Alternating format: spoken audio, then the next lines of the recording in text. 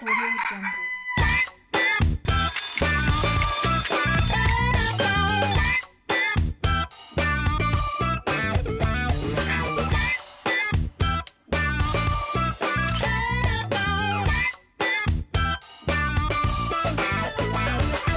Nous sommes le jeudi 22 mars 2018. Très heureux d'être en votre compagnie pour cette nouvelle cavalcade qui, vous le savez, court jusqu'à 7h30. Je suis Marcelin Gauvoui. J'ai le grand plaisir d'être en compagnie d'une des plus belles femmes du monde, Abbas.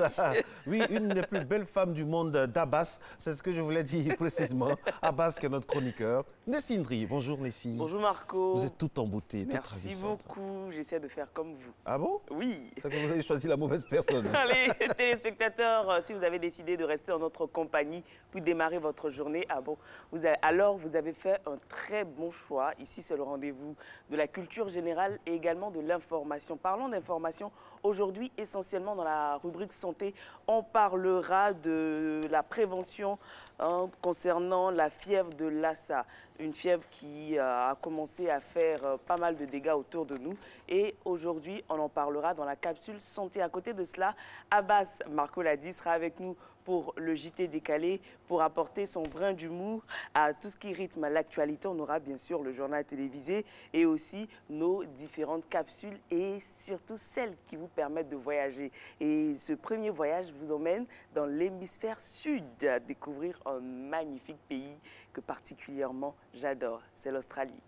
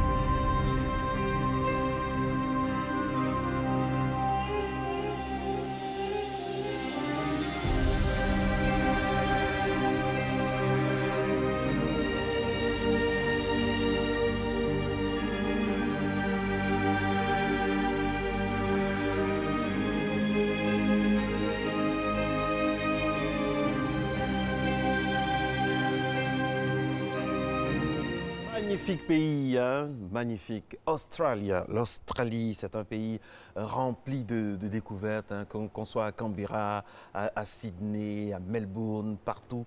Vraiment, l'Australie, c'est un grand pays. C'est pas loin pour rien, hein? Le voyage, en tout cas, ça vaut le détour. Et hein? c'est un pays qui respire, hein? Beaucoup de verdure et des animaux assez exotiques aussi. Et puis, une information pour l'Australie, c'est que là-bas, par rapport à l'eau, il y a une pénurie en eau parce qu'il y a un côté qui est un peu désertique, notamment au niveau de nos amis de, comment on les appelle, les aborigènes. Alors donc, il y a une loi qui interdit de laver son véhicule avec de l'eau. Si vous devez laver votre véhicule avec de l'eau, c'est la vitre avant et la vitre arrière. Parce que l'idée, c'est d'économiser l'eau. Et ça tombe bien, mesdames et messieurs, aujourd'hui, nous sommes le 22 mars 1993. Et c'est le 29 mars 1993 que l'ONU a pris la décision de faire en sorte que chaque 22 mars, nous célébrions la journée mondiale de l'eau. donc conformément aux recommandations de la Conférence des Nations Unies sur l'environnement et le développement.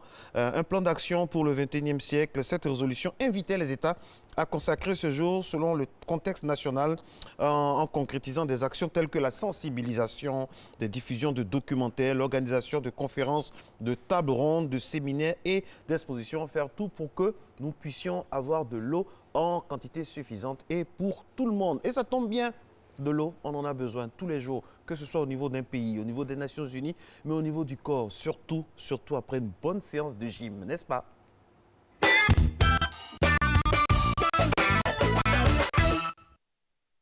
Bonjour à tous, je suis très heureux d'être en votre compagnie pour cette nouvelle session de gym. Alors depuis le début de la semaine, nous avons commencé des exercices pour renforcer notre sangle abdominale au travers de gainage. Aujourd'hui encore, nous allons continuer avec des exercices où nous allons mettre un peu plus l'accent sur les obliques, voire la taille.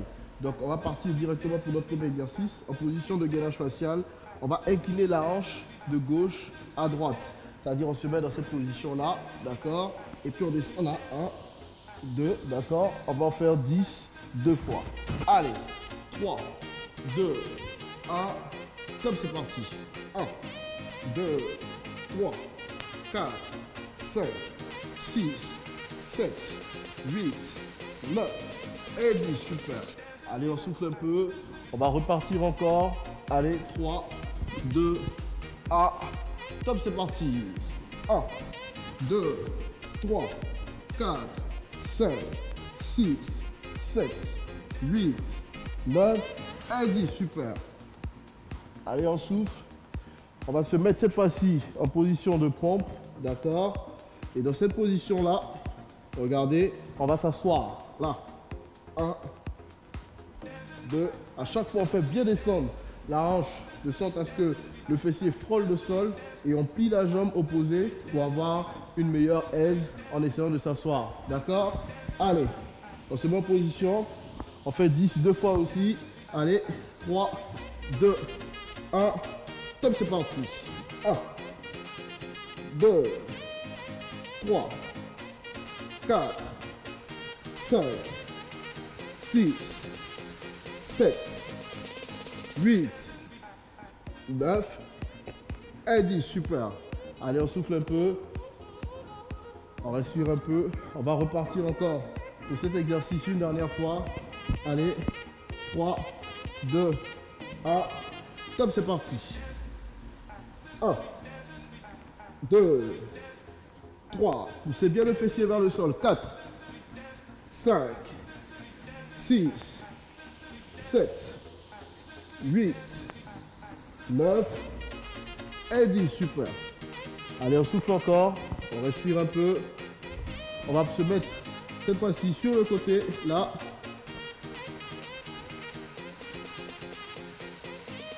On joint les jambes comme ça. Ok, on monte là sur le côté et on redescend là, la hanche, de sorte à ce qu'on frôle le sol. Ceux qui ne peuvent pas le faire dans cette position, vous pouvez plier les genoux comme ça. On monte, même principe, on monte et on redescend. D'accord? On va faire 10, 2 fois de chaque côté. Allez, en position.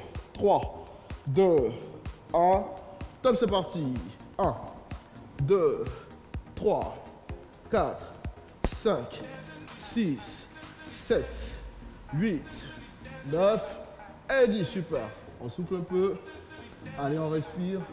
On va repartir encore sur le même côté avant de changer de côté. Donc, soyez un peu courageux chez vous à la maison. Allez, 3, 2, 1, top, c'est parti. 1, 2, 3, 4, 5, 6, 7, 8, 9 et 10, super. On va changer carrément de côté. D'accord? La tête de ce côté-là. On travaille aussi les obliques, la taille côté gauche. Allez, même principe, on tend les jambes. On met l'avant-bras au sol. On pousse, on monte et on redescend. Top, c'est parti. 1, 2, 3, 4, 5, 6, 7, 8, 9 et 10. On souffle un peu. On respire un peu. Allez, soufflez, respirez. Et on repart encore pour un dernier passage. Allez, 3, 2, 1. Comme c'est parti. 1, 2, 3, 4, 5, 6, 7, 8, 9 et 10. Super. Alors, c'est terminé déjà pour aujourd'hui. Les veillez à répéter ces exercices chez vous, ça nous fera que du bien. Rendez-vous demain. D'ici là, gardez la pêche. Allez, ciao. Bien, gardez la pêche. Yes, c'est Garde la Marco, vous l'avez pêche. dit, hein, après une bonne séance de sport, il nous faut beaucoup d'eau pour se réhydrater. Voilà. Et Marco, ce matin, quand on venait, il y en a qui sortaient, hein, chacun partait vaquer à ses différentes occupations et ils utilisent pour ce faire plusieurs moyens de transport, notamment les bus, les baka, les woro-woro. Mais vous imaginez Comment vous ceux avez qui prononcé Woro? Woro-woro? La vraie prononciation, à la façon Warren. Abbas. Woro-woro. Voilà. C'est woro-woro. Le chocolat dans ça. Woro, woro. Non, non. Woro, woro, c'est comme ça qu'on dit. D'accord. Vous imaginez un peu l'enfer pour ceux qui habitent à côté de ces différentes gares-là. Par exemple, vous pouvez dire dans On la va commune dire d'Abbas, à Bobo. À Bobo, Cocody, Il y a des bruits aussi à Cocody aussi? Ben oui, il y a une gare de Warren à Cocody. Ah bon? Surtout au niveau oui, des deux oui, plateaux. oui, oui. Vous imaginez tous ceux qui habitent à côté, c'est infernal. Et c'est un bruit infernal et c'est pas en Côte d'Ivoire seulement. Hein. Effectivement, également à Paris, du côté de Paris, hein, les riverains excédés par les bruits de TGV et c'est en images. Terrasse, Jean-Luc est aux premières loges.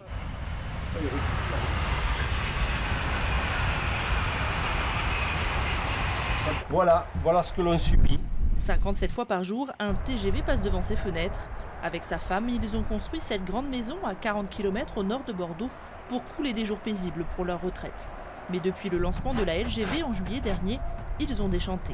Le premier train, quand il est passé, bon, je me suis dit, il roule peut-être un peu plus vite que la normale. Mais ça n'est pas inquiété. Puis après, ça s'est succédé les trains, hein. Ça se suivait. Et alors là, vraiment infernal, quoi. Et le dernier, 1h du matin. Et le suivant, c'est du 4h30, 5h. Les premiers. Donc, la nuit est courte. Les habitants de Goriagué et de Marsas s'assurent qu'à cet endroit, la LGV devait être enterrée entre deux buttes de terre. Face à la grogne des habitants, l'ISEA, le délégataire de la ligne, a réalisé des mesures acoustiques chez les riverains les plus proches. Les résultats, dévoilés lors de réunions publiques, tournent souvent à l'affrontement. Vous dites que les bruits ne dépassent pas 60 décibels chez nous. Moi, je vous invite à l'apéritif cet été. Je peux vous dire que les 60 décibels, votre verre, il va trembler. Mais c'est pas parce que votre maison est la plus près qu'elle est la plus exposée. Des fois, il y a des configurations qui font que c'est pas le cas. On n'a ni merlon ni mur. Qu'est-ce que vous comptez faire? Ma maison vibre. L'ISEA se retranche derrière la législation. Une moyenne sur 24 heures est réalisée. Les pics de bruit, mais aussi les moments calmes sont pris en compte. Au final, la quasi-totalité des résultats ne dépasse pas le seuil légal des 60 décibels, inadmissible pour les habitants. C'est-à-dire que vous, avec vos mesures de moyenne, on n'en a rien à cirer. Qu'est-ce qu'on fait pour gérer les pics à 90 dB? C'est ça qu'on attend, et rien d'autre. Dans les prochaines semaines, l'ISEA va effectuer 300 points de mesure sur les 6 départements traversés et assure entendre la grogne des riverains les plus touchés pour réaliser des travaux. Dans un premier temps, avec le constructeur, on va venir sur le site et on va regarder s'il n'y a pas des dysfonctionnements, par exemple un affaissement de terrain ou un mur anti-bruit qui ne fonctionne pas bien. La suite, c'est de déterminer les dispositifs complémentaires qui permettront de faire baisser le bruit apporté par les trains et de rester en dessous des seuils réglementaires. Excédés, les habitants en appellent au gouvernement pour changer la réglementation qui date de 1999. La ministre du Transport, Elisabeth Borne, a promis de venir les rencontrer. Car tous s'inquiètent de l'augmentation du nombre de trains sur la ligne, 125 allers-retours d'ici 2036. Ça, déjà, là-bas au moins les riverains prennent le devant des choses, mais ici, Ils s'organisent. Est-ce que l'association des consommateurs, il y a trop de bruit aussi quand même pour nos enfants, tout ça, des klaxons à n'importe quel moment, tout ça, ça doit être réglementé, non? Les maquis aussi. Les maquis, les nuisances sonores. Certaines veillées de prière, bon, voilà, faut être honnête, hein, ça peut gêner hein, aussi, on ne sait jamais. Merci à vous d'être notre compagnie. On va rester dans le giron, dans la spirale de tout ce qui est transport, des circulations. Donc c'est le point. Le point route. On y va. Jingle. Et à 6h14, quelle est la physionomie donc, des routes urbaines, des routes d'Abidjan? Nous allons commencer par... Par Cocody. Soro Félicité qui met le contact et nous envoie directement, nous faire voyager de Koumassi à Cocody. Hein. Là, nous sommes à Cocody. Le jour est encore jeune. Nessie, le jour est encore jeune comme Nessie. Oui, jeune. Tout doucement, vous voyez là le soleil qui se lève à Vous l'horizon. voyez le soleil d'ici, là? Marco, vous ne voyez pas? Nessie. Marco, vous n'êtes pas romantique du tout. Vous voyez le soleil déjà? Ah oui. Ok. Du côté... Là, Boulevard nous sommes au Lagunaire.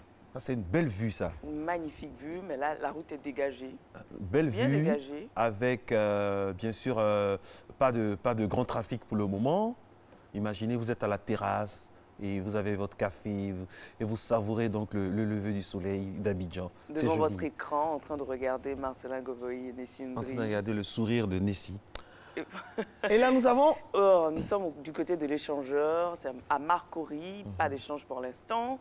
Les voitures sont très très timides de ce côté-ci. Eh oui, c'est le jeudi, hein, les gens sont en mode diesel. Hein. Effectivement. Abbas est le seul à se réveiller très tôt le jeudi. Et Marco... C'est le dernier?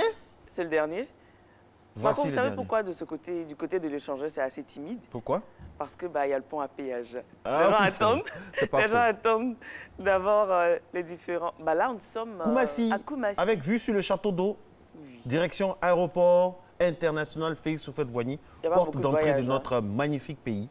Et donc, c'est le dernier, donc c'est bien. Voilà, vous voyez, c'est le moment de sortir si vous avez des courses à faire, si vous devez aller au boulot, vous devez être à l'heure surtout, c'est le moment de sortir parce que après ça ne sera pas évident. Ne vous inquiétez pas pour Matin Bonheur, vous avez la possibilité de nous regarder en direct sur votre téléphone portable. Et surtout de nous regarder entièrement, même si après vous avez raté l'émission, nous regarder entièrement sur YouTube. Et puis vous pouvez ne pas vous contenter seulement de la rediffusion qui fait une trentaine de minutes. Si vous voulez regarder toute l'émission, le sourire permanent de Nessie, l'intervention d'Abbas. Et puis, par exemple, la diététique. Vous savez cette infidélité qu'elle nous fait chaque jeudi à aller manger seul un jour. Abbas et moi, nous réservons quelque chose. Nessie Ndri, la rubrique diète. Aujourd'hui, on va manger quoi? Aujourd'hui, c'est de la ratatouille. Et alors, comment ça s'est passé le tournage? Méchante femme. Magnifique. Et je me suis sentie dans le film, comme dans le film. Vous avez regardé le film Ratatouille? Ah là là, ça met vos papilles gustatives, Marco. Vous n'avez pas idée à quel point ça vous transporte la ratatouille. De toutes les façons, il y a la recette. Mesdames et messieurs, voilà. On y va. Diététique. La ratatouille, ça vous dit? Vous connaissez la recette? Si oui, tant mieux. Sinon, Jules Poissy, notre nutritionniste maison, est avec nous pour nous présenter cette fameuse recette. Bonjour. Bonjour Nessie, ça va? Oui, ça va super bien. Nous allons présenter aujourd'hui la ratatouille. La ratatouille, cette fameuse recette. Oui, c'est une vieille recette qui date de longtemps. C'est le mélange de plusieurs légumes à la fois qui fait plus ou moins un ragoût de légumes ou une sauce de légumes. Qui sert à accompagner plusieurs plats, plusieurs mets à la fois. Alors, qu'est-ce qu'il nous faut pour faire une faire une très bonne ratatouille, je pense que toutes les ratatouilles sont bonnes d'ailleurs. On a des aubergines vertes, des courgettes, des jeunes courgettes d'ailleurs, oignons, tomates, carottes, l'ail, persil, poivron, c'est-à-dire du piment doux, de l'huile, du sel, des herbes provençales et puis du poivre. Voilà comment nous allons composer notre ratatouille. Alors, on va passer tout de suite à la préparation de la ratatouille. Nous allons mettre 2 cuillères à soupe d'huile.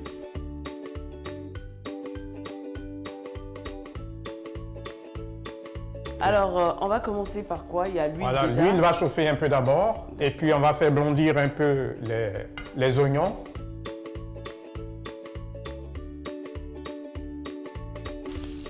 Ensuite, l'ail.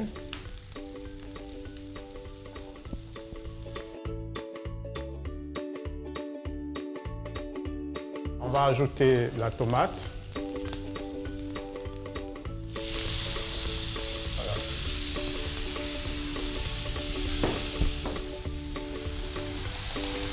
Un peu. Voilà. On va ajouter les carottes.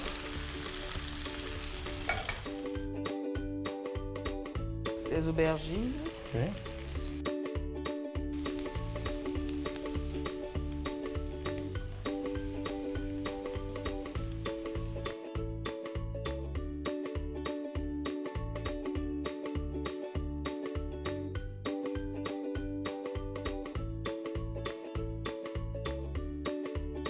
On ajoute les herbes. Oui.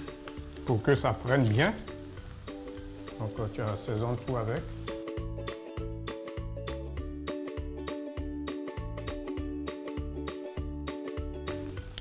On va saler.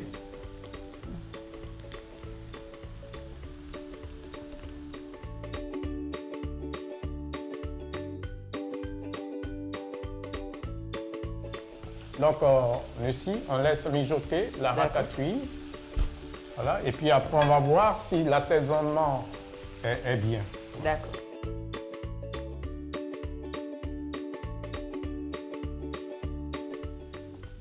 Donc voilà, je pense que la ratatouille est prête. Elle est prête.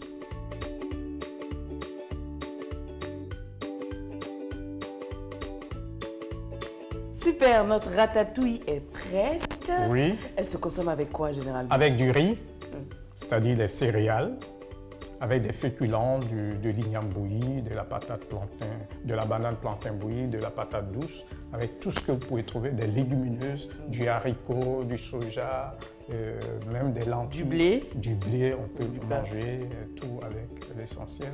C'est un plat qui s'apprête avec tout. Tout. Même la téquée? Bien sûr. Ah.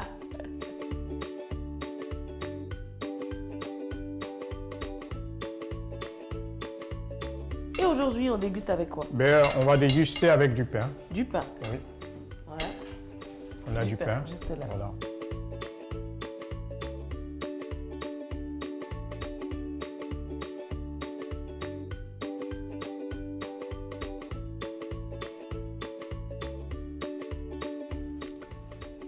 C'est très bon. Très croustillant. Très très bon. C'est vrai que les légumes sont là, mais on ne les sent pas. On ne sent pas l'aubergine à part, on ne sent pas... c'est rassemblé. Voilà, c'est tout un mélange. Tout un mélange, effectivement, Tout agréable. Le parfum, l'arôme, tout ça mis ensemble ont formé un. C'est sûr qu'avec cette recette, ça donne forcément envie de consommer des légumes. Bien sûr. Donc, ces mets que nous présentons sont adaptés à votre type d'alimentation. Bien manger. Ça fait du bien. Ok, no comment. Abbas, vous connaissez la ratatouille? Vous connaissez la ratatouille? Oui. Mais qu'est-ce qui se passe? Je connais la ratatouille. Vous voulez que je vous fasse? On ne dit pas ratatouille, ni ratatouille, ratatouille. C'est que tu manges ça, non? Abbas, bonjour. Bonjour, Marcelin. Alors, qu'est-ce qui nous vaut l'honneur de votre présence? Non. Franchement, on est fatigué. Surtout quand la trahison, ça vient de la maison, dans ta maison, et puis on t'a trahi. Ça fait mal. Attention, suspense. De quoi Abbas va-t-il parler? Jingle. Qui a trahi qui, Abbas? Qui a trahi qui? Il y a une jeune fille de 20 ans que les gens soupçonnent. Tout le monde dit elle vend la drogue, elle fait des trucs qui ne sont pas bien. Et puis, ils sont allés dire ça à la police. Les policiers, ils sont venus avec cargo, 16 cargos. Ils ont fait descendre musclé chez la fille. Ils ont fouillé la maison. Fouillé partout, cuisine, chambre, placard, ils ont tout fouillé. De 8h à 20h. Ils n'ont rien vu. Donc, ils étaient même prêts à présenter à la jeune dame. Quand il y a une souris qui est sortie d'un trou, un sachet de drogue. Oula. Tu vois? Comment souris, tu peux trahir quelqu'un chez qui tu vis, tu manges? T'es pas bien. Les souris même seront exterminées. Oui, mais parce que quand ils ont fouillé là-bas, ils ont vu 14 kilos de drogue. En fait, les souris là, et drogue là les fatiguaient. Donc ils ne savent pas comment ils vont dire aux policiers qu'il y a drogue, c'est ici là de drogue là. Sinon, drogue là dans ce trou là, ça fait quoi? Tu vois? Mais c'est ça. Ça fait du mal. Pourquoi ça fait du mal? La drogue, c'est pas bien, Abbas. Drogue? Oui, c'est une substance très nocive. Tu dis ça à qui? Non. Ah, sinon, il y a un morceau qui me plaît beaucoup là. Nyaye, oh, nyaye, c'est pas si tu connais le morceau. Excusez-nous, je ne suis pas du quartier. Quel est le rapport de ce morceau et la drogue? Non, peut-être moi j'ai des morceaux en Côte d'Ivoire que j'aime. Nyaye, oh, nyaye, nyaye. Le morceau me plaît bien. Ça me plaît. C'est quoi le rapport avec la drogue? Non, c'est-à-dire quand tu chantes ce morceau, tu te retrouves... Tu ne sais pas si tu es au paradis. C'est-à-dire tu n'es pas au paradis, tu n'es pas aux Antilles, tu n'es même pas sur l'île Maurice, mais tu vois, nyaï, oh, nyaï. Le morceau me plaît. Hein. D'accord. Ah bon, enfin. Vous n'avez jamais écouté le morceau? Non, non, moi je connais pas. Moi je connais pas. J'étais pas là. Moi je connais cette chanson, mais maintenant, je ne vois pas le rapport. Tu connais le morceau, mais tu ne vois pas le rapport. Vrai. Oui. Tu parles de quel rapport? D'accord. Le rapport entre cette chanson et le JT de Cali. Ah, d'accord. Donc, c'est ça. Et la drogue. La drogue, aujourd'hui, c'est pas bien. Mais la jeune fille de 20 ans, elle a commencé... Elle fut trahie. Voilà, elle a été trahie par les souris. Par la petite souris. Oui. J'ai même un ami, lui, il a payé les médicaments qu'on voit dans les cas, là. C'est que les garçons prennent depuis son garçon, là. Il a payé le sachet, il a mis ça près de sa télé. Il a commencé à dormir. Et puis les souris ont bouffé ça. Ah non, dans le plafond du gars là, non, bruit qu'elle là-bas, tu ne peux pas. Les souris sont en train de se poursuivre là-bas. Le gars me vient déménager. Non, depuis hier. Donc moi, il m'a appelé en renfort, je suis parti.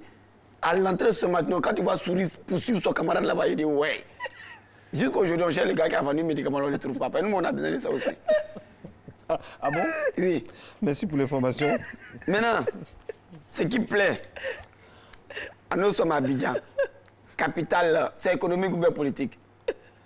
Pardon? Abidjan, c'est quelle capitale maintenant? Capitale économique? Économique. Ah, donc c'est ça. Depuis 1900, combien? 1934? Ah, c'est où on disait le succès de ce pays repose. Abidjan est capitale depuis 1934. Hein? Vrai. Oui, normalement. Hein. Ah, d'accord. Tu dis normalement. Faut pas compter sur Diane Tiama qui est en régie pour nous donner la vraie réponse. Je ne connais pas. Mais il y a quelle commune qui t'effraie beaucoup à Abidjan? À ton avis? Ah non. À mon avis, Cocody? Oui, Cocody. Cocody t'effraie. Il y a des grandes maisons. À Bobo? Non, à Bobo. Non, à Bobo, c'est tranquille. Tu sais, moi, je suis plus à Bobo. Hein. Ah bon? Il a déménagé. J'ai tout maintenant. À Bobo Baoulé. Mais à Djamé, c'est la seule commune où là-bas on se bat sur une malédiction. Ah bon? Ouais, le gars, quand il veut se battre, comment il tape, j'ai déjà vu, puis il dit, toi là, tu penses que t'es comment? Moi là, ici maudit. Et puis on me dit, ah bon? Toi t'es maudit, mais moi je suis plus maudit que toi aussi. Bon, vous deux maintenant, je ne sais pas qui on a séparé. Si deux modifications se battent. C'est ça. Modification. Parce que quand ça fait maudit. Donc il faut mettre au pluriel, ça devient la modification. Mais ça là, ils pensent que c'est bien, ce qu'ils ont dit là. Toi, tes parents t'ont mis à l'école, ils ont tout fait. C'est vrai, tu n'as pas continué, tu as fait CP1 4 fois. Tu as fait CP2 3 fois. Ils t'ont dit, va. Tu travailles à Djamé. Tu gagnes ton groupement, c'est toi qui dis aux gens que toi, tu es un maudit. Et puis, comme ça, on les appelle petits maudits. Merci beaucoup, Abbas. On retrouve Abbas dans quelques instants. Seulement, aucune modification du conducteur ni malédiction. On va continuer tranquillement. À 6h27 maintenant, et aller avec Maïs Sako qui est en train de sourire également derrière, qui va intervenir. Mais avant, on aura le JT. Quelques infos. À tout à l'heure. Matin, bonheur. Restez avec nous.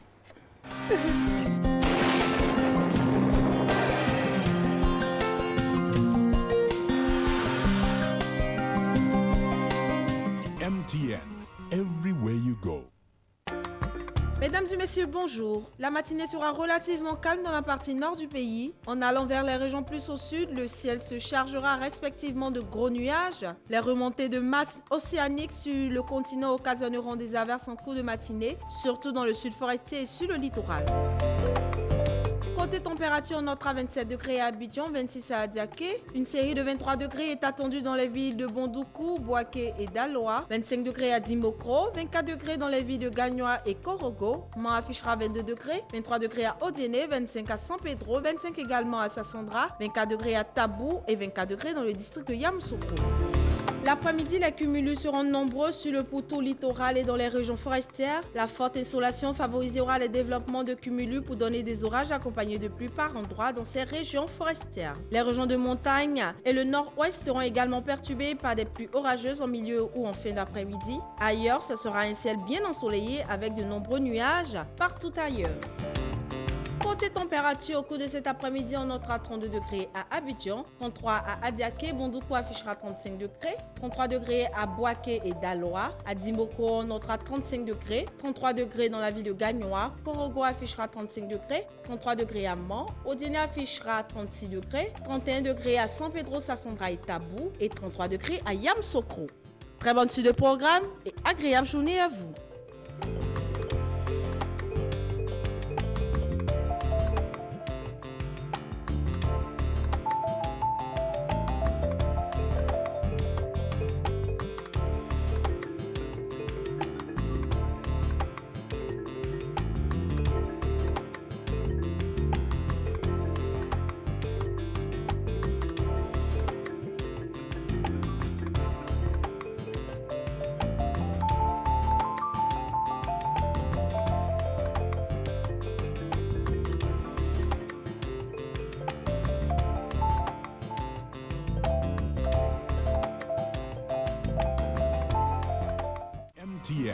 everywhere you go.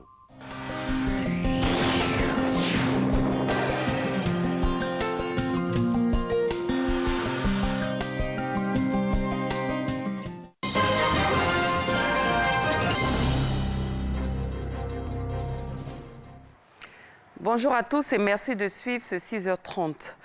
Ce jeudi marque le 4e et dernier jour de la campagne pour l'élection des sénateurs. Les candidats ont cette journée pour convaincre les électeurs dans les différentes régions et les districts du pays. On se rend au palais de la présidence de la République où s'est tenu ce mercredi un conseil des ministres. Au nombre des décisions, on note la création d'un consulat général de la République de Côte d'Ivoire à Lyon en France et la reprise par l'État du règlement de la dette intérieure. Après le Conseil des ministres, le Premier ministre Amadou Gon Coulibaly a échangé avec la presse. Le chef du gouvernement s'est prononcé sur les résultats de l'Eurobond, l'opération de mobilisation de fonds sur les marchés financiers internationaux. Une opération qui a été fructueuse pour l'État ivoirien. Après avoir présenté donc les résultats de l'Eurobond 2018, le Premier ministre a répondu aux questions des journalistes. On en parle avec Mama Traoré. C'est le deuxième Eurobond que le gouvernement d'Amadou Gon Coulibaly réalise avec succès en moins d'1 an. Pour autant, cette prouesse emmène à s'interroger si la Côte d'Ivoire ne s'expose pas à un risque de surendettement. Face à une telle inquiétude, le Premier ministre Amadou Gon Coulibaly rassure l'opinion publique.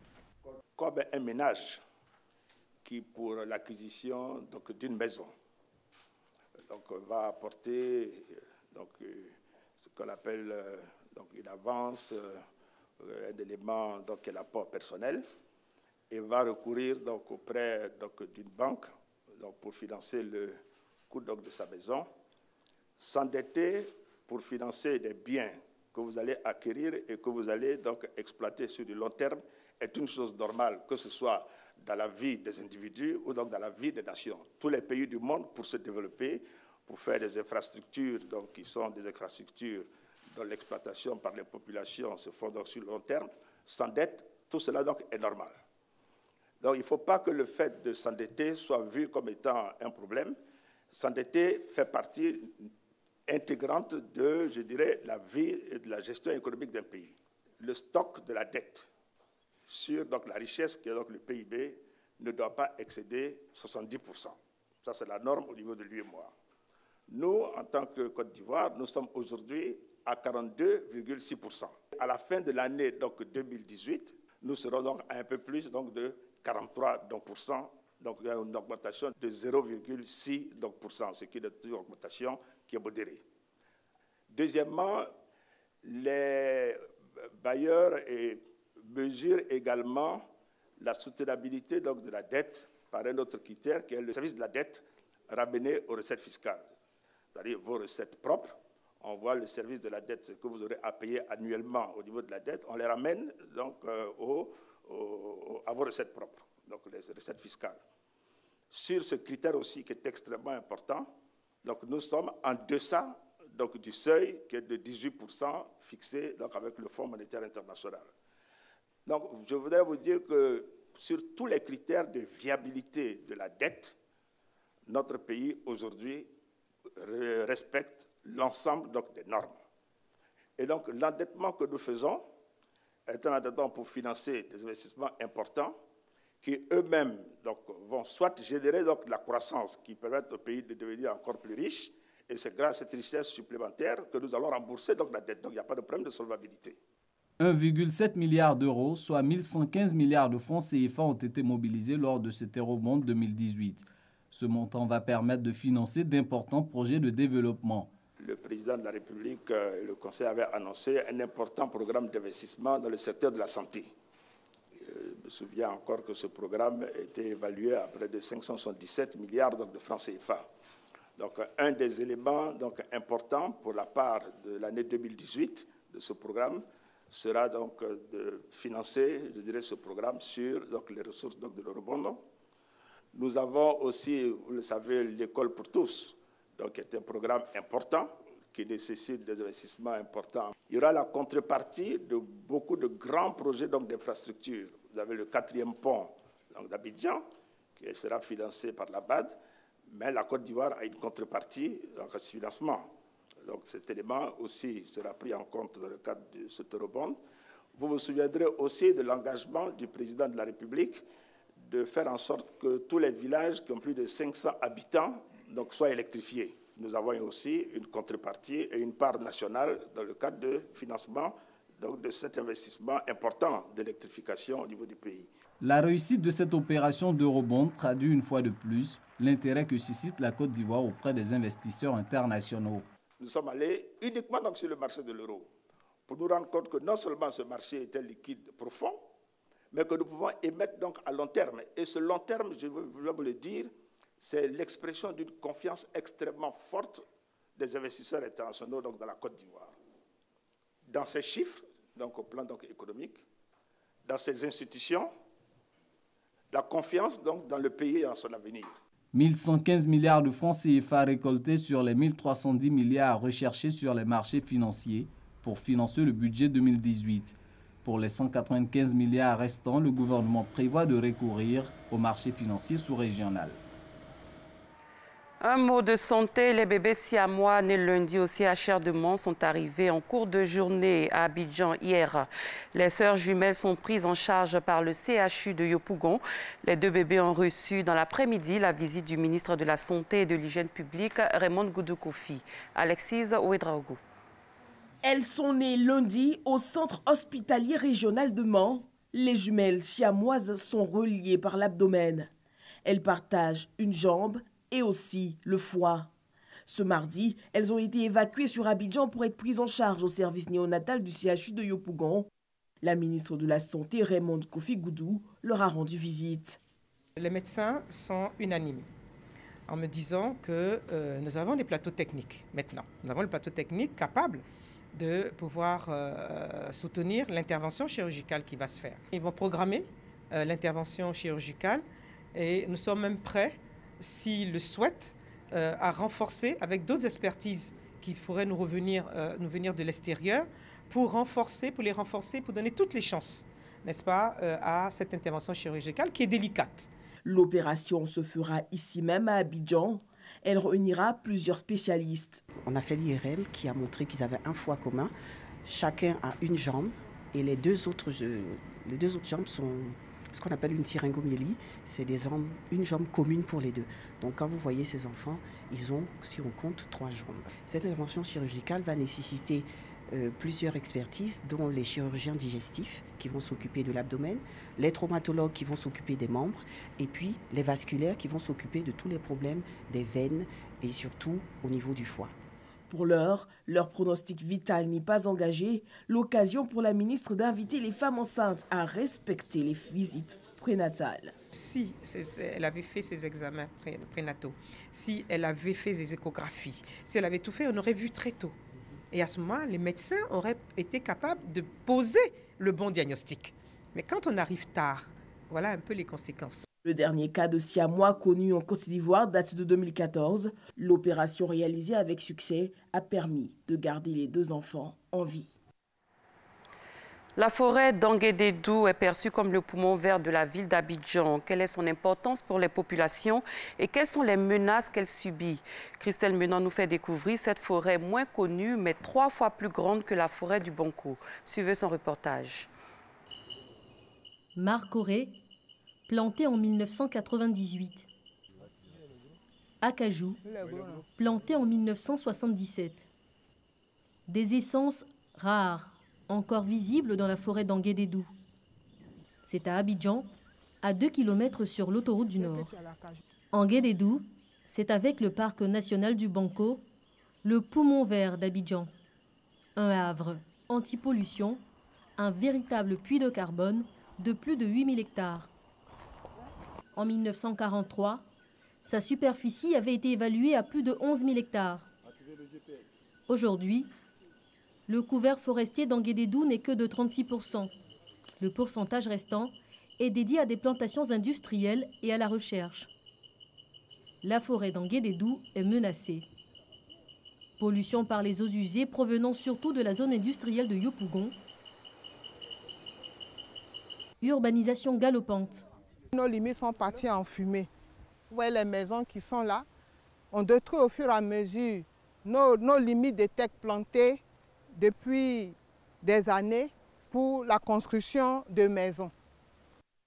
Menacer la forêt d'Anguédédou en la déboisant, c'est prendre le risque de manquer d'eau potable. Sous ces arbres, une importante nappe phréatique. 17 forages permettent d'alimenter en eau potable la zone d'Abidjan Nord. Pas d'arbres, pas d'ombre. Et sans ombre, la terre se dessèche plus rapidement et durcit, empêchant ainsi le forage de fonctionner normalement. On dit qu'il est ensablé. Pour protéger cette nappe phréatique et assurer la distribution d'eau potable à Abidjan Nord, il faut reboiser. Quand nous avons des surfaces qui sont dénudées, décapées, tout de suite, notre objectif, c'est de chercher à recouvrir le couvert de ce sol-là. En 2015, nous avons reçu des élèves d'une école. On leur a proposé la parcelle pour un reboisement. Après 3 ans, je crois, nous avons les arbres qui sont en train de se développer. Une étude de 2015 a recensé 186 espèces végétales dans la forêt d'Anguédédou. Des espèces à préserver pour espérer contenir la pollution de l'air abidjanais et fournir de l'eau potable à près de 9 millions de personnes. À l'étranger, un sommet de l'Union européenne se déroule aujourd'hui et demain à Bruxelles. Au menu, le Brexit, la réforme de la zone euro voulue par le président français Emmanuel Macron et aussi des débats sur la réforme de la politique commerciale de l'Union européenne. En Syrie, pour la première fois depuis le début de l'offensive des troupes gouvernementales contre la Ghouta orientale de Damas, un accord a été trouvé avec des rebelles et leurs familles pour évacuer les poches de Harasta. Le groupe islamiste Ahrar al-Sham a confirmé que ces combattants quitteraient le cercle réduit encerclé pour la province d'Idlib. C'est la fin de ce 6h30. Merci de l'avoir suivi. Très bon début de journée à tous et à toutes. Merci beaucoup, Maï. Merci. Merci, Maï. Merci. On vous retrouve demain. C'est pas sûr. Pas sûr. De toutes les façons, très bonne journée à vous. Merci à vous également. Ah bah, c'est toujours avec nous. Oui, oui. Et vous êtes bien sûr toujours dans votre émission Matin Bonheur. Alors, la suite. Non, je suis quand même découragé. Tout à l'heure, quand ils ont montré forêt, tout et tout, moi j'ai fait la même classe que 2 amis qui sont maliens. On a fait la même classe du CP jusqu'en terminale. Et puis, ils sont partis dans leur pays. Tout dernièrement, je suis allé à un festival et puis on s'est croisés. Et puis, l'autre me dit non, lui il est marin. L'autre dit il est haut forêt. Il dit, bon, ça veut dire quoi? Il dit non, lui il est marin maintenant. L'autre il dit il est haut forêt. Il dit au Mali là-bas, toi tu es haut forêt. Oui. Dans quel coin? Maintenant, celui qui est marin là-haut. D'abord, normalement, marin là, il y a la mer, il y a encore du voyage, c'est à cause qu'il y a marin. Non? Maintenant, lui, son marin qui va faire là-bas, c'est dans Puy, mais peut-être que sa formation, il est de formation, il est mais quand tu fais formation, il faut prendre formation de quelque chose qui est dans ton pays. Ah, peut-être que bon. Il peut venir travailler en Côte d'Ivoire. Il va faire quoi? Ou ailleurs. Non. Regarde l'américain, l'artiste américain. Lui, il a étudié bombe atomique. Qui va fabriquer ça en Côte d'Ivoire? Tu vois? Quand il me dit les marins au Mali. Non, peut-être qu'il peut, on ne sait pas, peut-être qu'il peut conseiller son pays sur des affaires maritimes. On ne sait jamais. En disant quoi? Non, en disant que oui, c'est vrai que nous ici, on n'a pas la même. Mais quelqu'un qui ne s'est pas marié, qui ne s'est jamais marié, est-ce qu'il peut parler dans fait de couple? Ça dépend d'où il a fait sa formation. Des couples, il y a là. Non, je parle de marin. Je parle de marin. C'est pas bon. Quelqu'un qui est marin, si tu es marin, il doit avoir la mer chez toi. Chez toi, il n'y a même pas de lac, il n'y a pas de lagune, tu es marin. Obligatoirement. Non, quand même. Respectons-nous. Pourquoi ça même? Pourquoi? Tu es marin de quoi? Ton marinage là, même, c'est où ça? Après la modification. C'est après la modification. Je sens qu'à chaque fois qu'il doit vous donner des grands mots, des jolis mots. Bon, là, non. Sinon, son marinage là, moi-même, cherché. Ah bah, nous sommes dans la semaine du français quand même, pour ne pas nous faire ça. C'est moi, il dit, tu penses que c'est du là. Quoi ça? C'est qu'il dit, tu penses que c'est du là. Bon, c'est pas trop loin. Non, mais les mots. Marinage là, ça vient du mot mariner? Les mots ne sont pas à leur place. Un marin, il fait quoi? Non, mais calme. Bon, quelqu'un qui mange, c'est pas un mangeur. Et celui qui danse?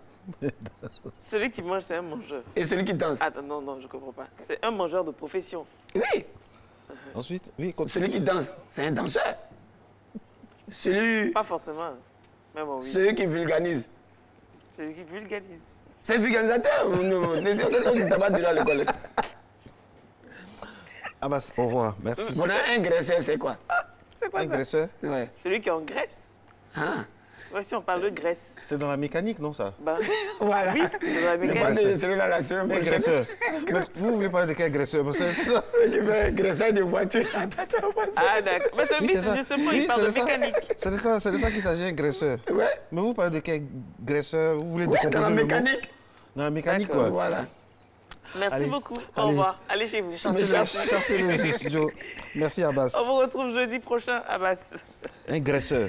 Ouais, Un graisseur. ouais. Vous connaissez, vous dites engraissé. Parlez de engraissé. Moi, j'ai entendu engraisseur. Graisseur. Vous connaissez les graisseurs? Bon, si on parle. Vous avez déjà eu affaire à des graisseurs? Je dis, pour votre voiture, par exemple. Oui. Je dis ça, je dis rien. Allez, lui, il n'est pas agresseur, il est tout simplement un homme rempli de potentialités. On va être plus sérieux maintenant.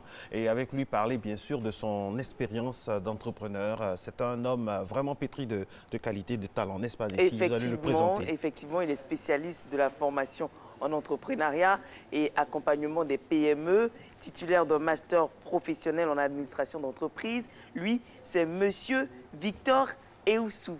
Bonjour et bienvenue sur le plateau de Matin Bonheur. Bonjour Nessie. Vous allez bien? Bonjour, oui, ça va très bien. Alors, dites-nous tout sur votre fibre d'entrepreneur. Ça a commencé quand? À quel moment vous vous êtes senti touché donc, par cette volonté d'entreprendre? Alors, la volonté, elle est venue depuis l'école. Hein. J'ai travaillé avec des mentors, donc ils m'ont donné la fibre. Et puis, je suis tombé dans la soupe de la formation, puisque mes débuts... Vous êtes tombé dedans? Tout à fait. Mes débuts dans la vie active ont commencé en cabinet de formation. Et à force de former et de former en entrepreneuriat, j'ai fini par comprendre que les Ivoiriens apprennent par imitation. Donc, si vous ouvrez une cabine téléphonique devant votre porte, 2 ou 3 personnes s'alignent, la voisine va penser tout de suite que les cabines, ça marche. Et la probabilité que vous ayez 2 cabines en face des deux cours est très élevée. Et c'est comme ça que les Ivoiriens apprennent. Sauf qu'on reste toujours dans l'informel. Je travaillais avec des multinationales, j'ai formé en entreprise. Je me suis rendu compte que pour s'engager en entrepreneuriat, on n'a pas forcément besoin d'argent. L'élément essentiel, c'est l'idée. Donc, j'ai fini par me dire, mais attends, les Ivoiriens me demanderont, vous former en entrepreneuriat depuis longtemps, mais vous-même, qu'est-ce que vous avez fait? Donc, j'ai décidé de me lancer. C'est pour ça que vous avez réussi tout de suite. 2015, vous créez votre entreprise et c'est le succès. Vous avez beaucoup de prix, lauréat du Pitch Hub Africa 2016 au Maroc, 1 an seulement après la création de l'entreprise. Demo Hub Africa en 2017 à Johannesburg. Meilleure jeune entreprise africaine en 2016 au Tech Innovation à Singapour. À Singapour. Oui. C'est-à-dire que vous-même, vous saviez, vous maîtrisiez l'art de l'entrepreneuriat. Oh, tout n'a pas été aussi rose. Hein. La première fois que j'ai été primé dans ce pays, c'était en 2004. En 2004, j'ai été lauréat d'un concours qu'on appelait le Startup 2004. Qui m'a... 2004 hein? Oui, 2004. J'ai été le candidat de la Côte d'Ivoire en 2005 à Abu Dhabi, aux Émirats Arabes Unis, en tant que jeune entrepreneur. Mais quand je suis revenu, tout ce que j'avais planifié s'est effondré comme un château de cartes. Mais l'essentiel en entrepreneuriat, ce n'est pas de tomber. C'est de savoir se relever, surtout en se relevant, de ramasser quelque chose. C'est-à-dire ramasser la leçon de ce qui vous a fait chuter. Est-ce que l'environnement de notre pays peut encourager un entrepreneur? Pas du tout. Je vais dire, celui qui entreprend pour moi, c'est celui qui entre et prend. Si vous n'avez pas la carapace, vous n'avez pas, je vais dire, la hargne de vaincre, vous n'y arriverez pas parce que tout l'environnement est fait pour ne pas se lancer dans le secteur privé. Soyez plus explicite. Je vais dire, dans notre environnement même de formation académique, on est toujours dans ce que j'appelle les conseils obsolètes. C'est-à-dire, à la maison, le parent normal dira à son fils, va à l'école, étudie bien, quand tu auras tes diplômes, tu auras une place au soleil. Ça, c'est un conseil périmé. Parce que si vous donnez ce conseil à votre enfant, eh bien, il ira à l'école, il aura une maîtrise et puis il sera au bord de la route en train de gérer une cabine téléphonique parce que l'environnement ne lui a pas trouvé une place pour se faire du soleil. Parce que ici, aussi bien dans la formation, aussi bien dans l'organisation, aussi bien même dans l'appui financier, vous n'avez aucun appui réel. Mais il faut y aller parce que quand vous y allez, que l'idée est bonne, effectivement, vous avez des portes qui s'ouvrent. Je vais dire, il faut continuer de frapper aux portes. Ça finira toujours par s'ouvrir. Ça finira toujours par s'ouvrir. Voilà. Et j'aimerais qu'on revienne sur un point. Vous avez parlé des Ivoiriens qui apprennent par imitation. Est-ce la bonne attitude ou c'est désavantageux pour... Mais c'est périmé aussi. Périmé. Non, pas du tout. Je vais dire, chaque pays se développe sur ses ressources propres. Nous avons un pays vierge. Si vous prenez le secteur qui m'intéresse, le secteur de l'agro-industrie, tout est vierge. Moi, je rêve un jour que vous ayez le guaguassou au supermarché. Parce que quand vous... Ça a déjà commencé avec la sauce graine. Oui. La sauce arachide. Mais justement, ça, c'est de bonnes initiatives. Parce qu'aujourd'hui, les jeunes dames comme vous descendent du boulot, elles arrivent à la maison autour de 22 h. Ce n'est pas à ce moment-là qu'on va aller découper les aubergines et les tomates. On peut... La pasteurisation, c'est maîtrisé. Donc, aussi bien vous avez les pâtes de tomates en sachet ou en conserve, vous pouvez également trouver tous nos produits ici transformés, mis au supermarché. Mais cette initiative-là ne devrait pas normalement venir de l'Europe ni de l'Occident. C'est une initiative nationale. C'est à nous, donc, de prendre l'initiative, de nous y lancer. On aura peut-être des défauts au départ, mais c'est en forgeant qu'on devient forgeron. Les Asiatiques nous ont appris avec les téléphones portables, les premiers téléphones portables ne valaient rien du tout. Mais aujourd'hui, nous sommes fiers de nos smartphones. Donc, il faut que nous on aura des difficultés sur la route, mais on y arrivera. En tout cas, moi, j'ai commencé à tâtonner, mais effectivement, quand j'ai eu la bonne solution, quand j'ai eu le bon positionnement, ça a valu les prix que vous citez là. Alors, donc, ça veut dire que c'est un état d'esprit. Entreprendre, c'est un état d'esprit. Tout d'abord. Les banques, ce n'est pas la peine de compter là-dessus parce qu'elles ne vont jamais prêter. Je les comprends aussi parce que parfois, il y a eu tellement de précédents fâcheux. Alors, donc, les parents vont vouloir... Il y a des parents qui sont protecteurs, qui vont vouloir qu'on fasse le même métier qu'eux, qui vont vouloir qu'on soit sur les diplômes. Alors, finalement, ce qui compte, c'est quoi? C'est l'intelligence intrinsèque qu'on doit multiplier ou bien s'asseoir sur ses diplômes, attendre la chance, dépendre d'un parent bien placé? C'est quoi finalement?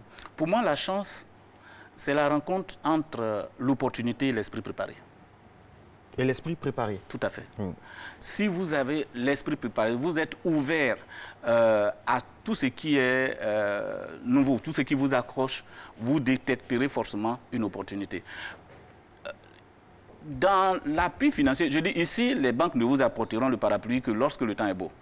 Donc, il ne faut pas forcément attendre d'eux. Il faut partir toujours de soi-même. Moi, je suis parti sans rien à la main. Mais aujourd'hui, je ne suis pas encore arrivé à mes ambitions, à ce que je vais faire. Hein. Mais je ne suis plus au point A.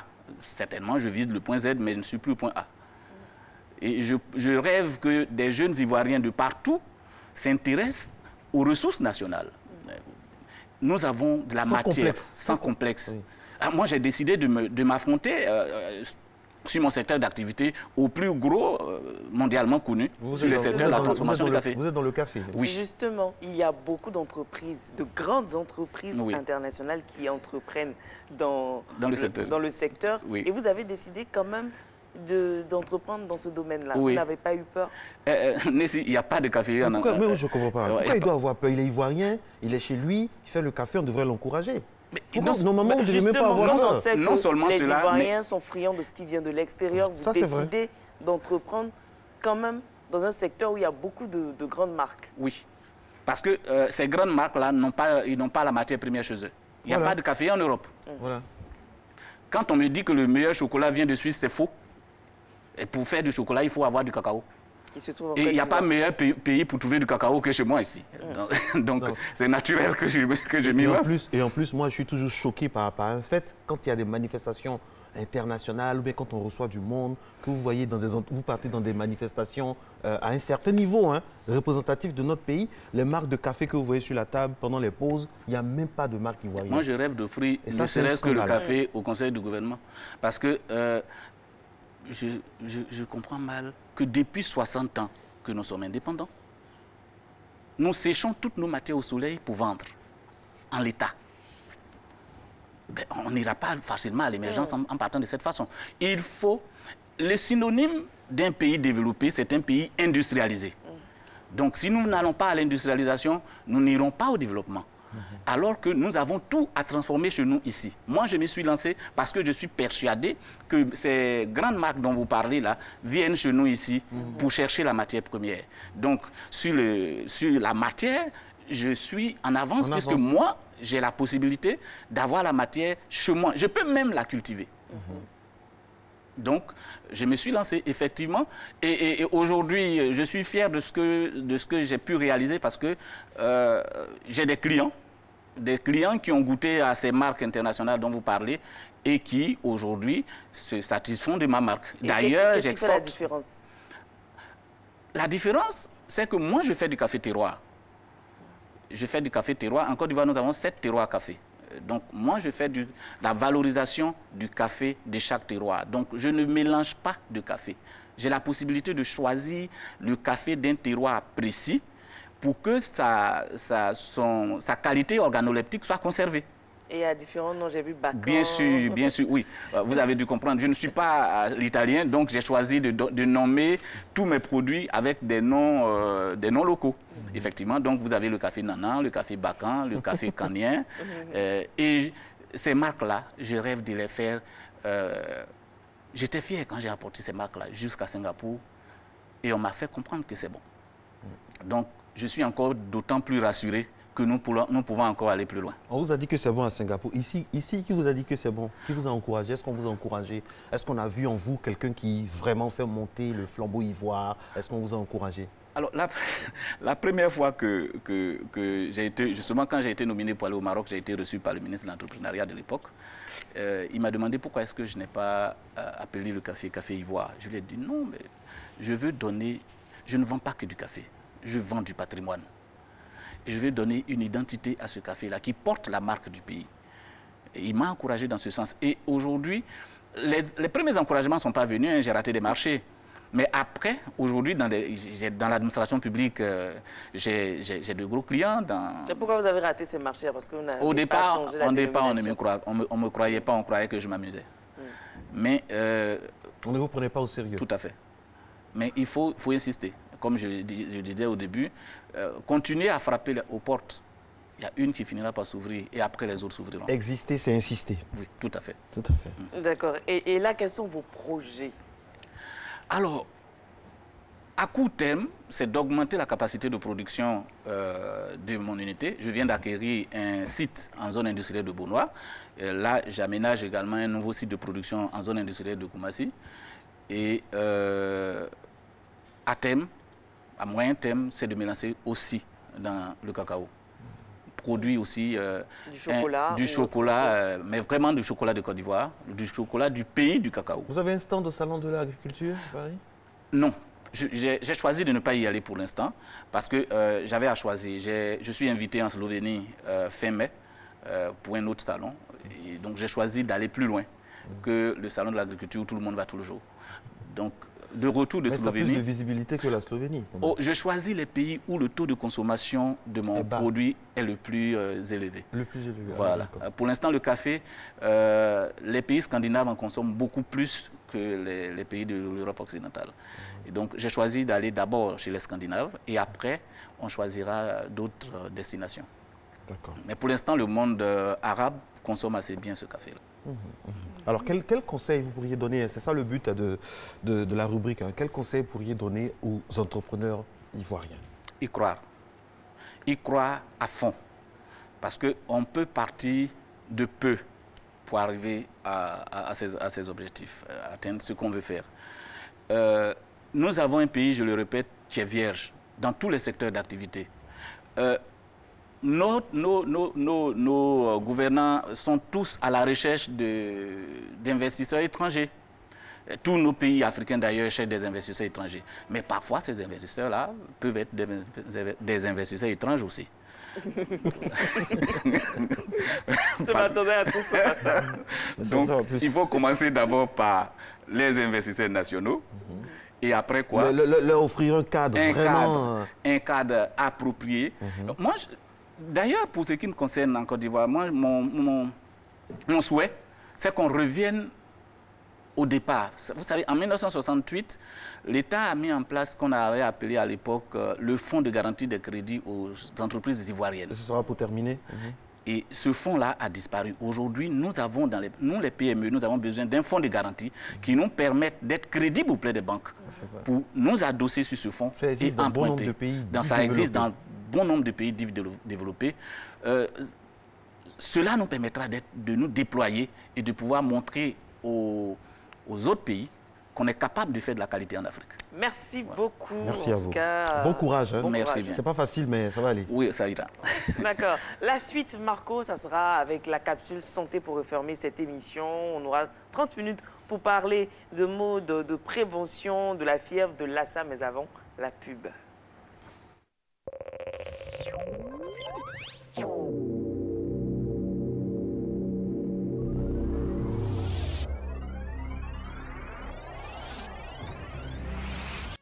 Sous le parrainage et la présence effective de M. Adama Koné, ministre de l'Économie et des Finances, l'Association professionnelle des systèmes financiers décentralisés de Côte d'Ivoire organise la première édition des Journées nationales de la microfinance les 22 et 23 mars 2018 à l'espace CRAE Humois, Abidjan Plateau, de 8h à 18h. Exposition, forum et rencontres avec les professionnels de la microfinance. Thème, contribution de la microfinance à l'inclusion financière en Côte d'Ivoire. Venez échanger, trouver du financement pour vos projets. Sponsor Diamant, Jessie, CAC et groupe Cofinat.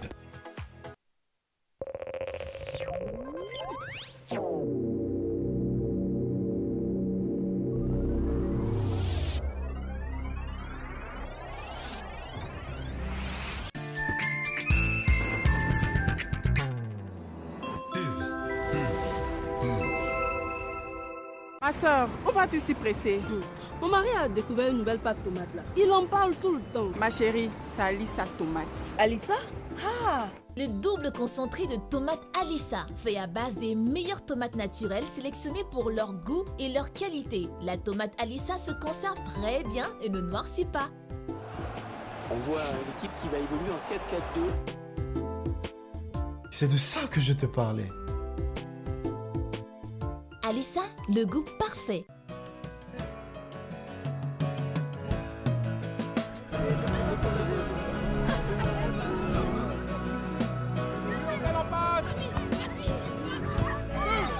Chaque jour, ce sont quelques milliers de kilomètres parcourus pour vous apporter une eau pure et légère, indispensable à une bonne santé. Vous livrer une part de bien-être est ma meilleure récompense d'une journée de travail ardu. Céleste, pure et légère.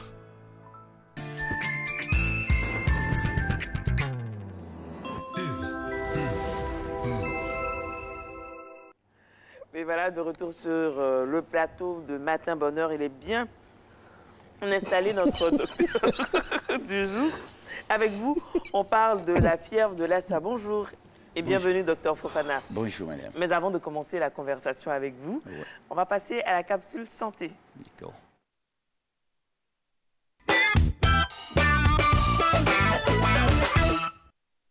La fièvre de Lassa, c'est une fièvre hémorragique. C'est une maladie hémorragique. La fièvre de Lassa est une fièvre hémorragique virale aiguë d'une durée d'1 à 4 semaines. Formellement identifiée depuis 1969 selon l'OMS, la fièvre de Lassa sévit dans plusieurs pays d'Afrique de l'Ouest, à savoir le Bénin, où il a été découvert pour la première fois en 2014, le Ghana, la Guinée, le Libéria, le Mali, la Sierra Leone et le Nigeria. Classée au rang des endémies, la fièvre de Lassa touche toutes les tranches d'âge et les deux sexes, en raison surtout de ses voies de contamination. La fièvre de Lassa se transmet par les excréments et les urines des rongeurs, tels que les rats et les souris. Par les urines et les excréments des rongeurs. Elle se transmet par les urines des souris et des rats. À ce stade, il faut savoir que la fièvre de Lassa est une zoonose, car causée au premier niveau par l'action de l'animal, mais au second niveau, se répand aussi facilement par l'action des hommes. Les symptômes de la fièvre de Lassa peuvent se repartir en 3 phases, à savoir une première phase caractérisée par une fièvre, un mauvais état en général, une deuxième phase marquée par des céphalées, des irritations à la gorge, des douleurs thoraciques, des nausées, des vomissements, des diarrhées, la toux et des douleurs abdominales. Et pour finir, une troisième phase dite aiguë, reconnue par des œdèmes à la face. Tout cela pourrait déboucher au coma et à la mort du patient 14 jours après le déclenchement de la fièvre. Pour prévenir cette maladie, je pense que d'abord nous devons protéger les denrées alimentaires des rongeurs. Et nous devons aussi propager l'hygiène. Il faut protéger les nourritures, bien les conserver pour ne pas que les souris puissent venir les manger. Les moyens de prévention peuvent se situer principalement à deux niveaux. Un premier niveau concernant les populations à travers la promotion d'une bonne hygiène pour éloigner les rongeurs des habitations et surtout prendre les dispositions pour éviter que les rongeurs aient accès aux denrées alimentaires. Pour les personnes infectées, c'est d'éviter très rapidement les contacts avec les autres et contacter immédiatement un professionnel de la santé. Au niveau médical, il reviendra au personnel de prendre des précautions d'hygiène par l'utilisation de certains matériels recommandés dans le traitement de la fièvre. Il leur faudra aussi éviter d'entrer en contact avec les matières organiques des patients et de veiller à l'entretien des matériels utilisés pour les examens cliniques. La Côte d'Ivoire, fort de ces informations, a initié une vaste campagne d'information et de sensibilisation qui, pour le moment, porte ses fruits. Vigilance et respect des consignes pour barrer la route au virus de Lassa. Docteur Fofana Diakaridia, entomologiste, est avec nous. C'est quoi un entomologiste? Merci. Un entomologiste, c'est celui-là même qui étudie les insectes. Et l'entomologiste médical, c'est celui qui étudie les insectes d'intérêt médical. Les insectes qui transmettent des maladies, qui sont à la base de certaines maladies telles que le paludisme, la dengue et autres. D'accord. Alors, c'est quoi la fièvre de Lassa? Parce qu'on en parle de plus en plus, ça fait de plus en plus peur dans certains pays, notamment il y a déjà eu des dégâts, le Ghana, pour ne pas le citer. Et voilà, qu'est-ce qui est fait chez nous en Côte d'Ivoire? Et puis, pour endiguer ça, c'est tout ce dont nous allons parler, mais on va définir les termes. C'est quoi la fièvre de Lassa? La fièvre de Lassa, c'est une maladie virale aiguë, dont le nom l'indique déjà, c'est une fièvre qui est transmise par les rongeurs. C'est le rongeur qui est le réservoir de cette maladie-là, de ce virus. Et ces rongeurs-là, précisément, ce sont des souris. Des souris, biologiquement, on les appelle les rats. C'est l'espèce Mastomys natalensis. Et c'est cette seule espèce-là qui héberge le virus de Lassa. L'espèce qu'on retrouve chez nous? Cette espèce est déjà présente en Côte d'Ivoire. Et elle va diffuser le virus à travers ces déjections. Quand vous parlez de cette espèce, vous parlez des souris qu'on a chez nous à la maison, oui. Ou bien les rats qu'on vend dans les maquis, bien qu'on mange au village et autres? Les rats qu'on mange au village, il faut qu'on fasse un peu la différence entre ces rats-là et les souris que nous appelons communément souris. Les rats qu'on a au village, c'est ces rats un peu de taille jusqu'à 50 cm environ, avec une queue blanche. Ce n'est pas de celui-là qu'il s'agit. Il s'agit ici de ce qu'on appelle communément en Côte d'Ivoire souris, qu'on trouve dans les égouts. Le biologiste l'appelle le rat, en fait. Dans les égouts et dans les égouts, maisons. c'est les rats d'égout et autres, dans nos maisons, c'est tout cela. Mais la spécificité de ce rat dont il est question ici, c'est un rat pluri avec un nombre élevé de mamelles. C'est la différence entre ce rat-là et les autres. C'est un rat plurimamelle. Alors, la fièvre de Lassa vient d'où? La fièvre de Lassa, comme son nom l'indique, c'est une fièvre qui est d'origine nigériane. Elle a été découverte là-bas depuis 1969 à la suite du décès de 2 infirmières.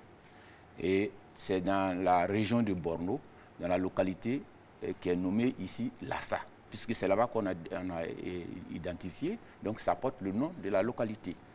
Voilà. Et en ce moment, elle a refait surface. Présentement, la maladie a refait surface, sinon elle est endémique au Libéria, en Guinée-Conakry. Au Ghana? Et, non, pas au Ghana. Pas au Ghana. Voilà, dans certaines régions du Nigeria. Et la situation actuelle, depuis le début de l'année, c'est que cette situation endémique, on a enregistré un nombre important de cas qui fait qu'il est important de donner l'alerte de sorte que les autres pays puissent prendre les dispositions pour empêcher l'entrée et sinon même la propagation de la maladie dans nos pays. Actuellement, nous avons enregistré des cas dans les pays endémiques là déjà, je vais parler du Nigeria, du Libéria. Pour le moment, on n'a pas encore cité des cas typiques Guinée, mais toutefois, il y a un cas qui a été notifié au Libéria qui venait de la Guinée-Conakry. Et à ce jour, nous avons environ 7 cas notifiés de décès dans la zone du Nemba. Nemba, c'est dans la zone du Mont Nemba. Là. Donc, c'est vraiment frontalier, dans l'ouest montagneux, c'est vraiment frontalier à la Côte d'Ivoire. Et nous avons à nous notifier aussi un cas mortel au niveau du Ghana. Et là, cette fois-ci, ce n'est pas tout près de notre frontière, c'est dans la zone de Tema. Voilà. Un peu plus loin. Un peu plus loin. D'accord. Doit-on avoir peur? Oui, doit-on avoir peur? C'est ce qu'on dit. Si nous prenons garde, on n'a pas à avoir peur. Mais la menace est réelle. Dans la mesure où la maladie est transmissible par le biais de l'animal, on l'a dit dans l'élément, c'est une zoonose. Et la maladie est aussi transmissible par le contact homme à homme. Et le fait qu'en Côte d'Ivoire, il y ait déjà la présence notifiée de ce rongeur-là, le Mastomys nathalensis, déjà, ça constitue pour nous une menace. Déjà, le nom même fait peur. Voilà. Déjà. Donc, le fait qu'il y ait le lot chez nous, en Côte d'Ivoire, et les commerces, le flux humain entre les pays, peut facilement permettre la migration du virus. Vous avez des statistiques. Quelles sont les zones qui sont plus, comment dire, les zones qui sont plus exposées? Le Matamassis, c'est pas quoi. Où est-ce qu'on le retrouve dans les marchés, dans les gares? D'une manière générale, c'est un rat de forêt, de savane et autres. Mais aujourd'hui, vous êtes d'accord avec moi que nous avons pratiquement détruit toutes ces forêts-là et toutes ces savanes. Et les rats vont migrer et ils restent toujours à proximité de nos habitations. Vous en avez actuellement assez de Mastomys dans la zone de la décharge, par exemple. Ça, c'est des faits concrets. Une étude a été menée dans cette zone. Quelle décharge? La décharge d'Akouedo en juillet 2014, où nous avons formellement identifié ce rongeur-là au niveau de la décharge. Donc, qui est à risque, qui n'est pas à risque, c'est celui-là même qui fait fi des mesures d'hygiène au niveau domestique. C'est celui-là même qui considère les rongeurs comme des cohabitants, j'allais dire, idéaux.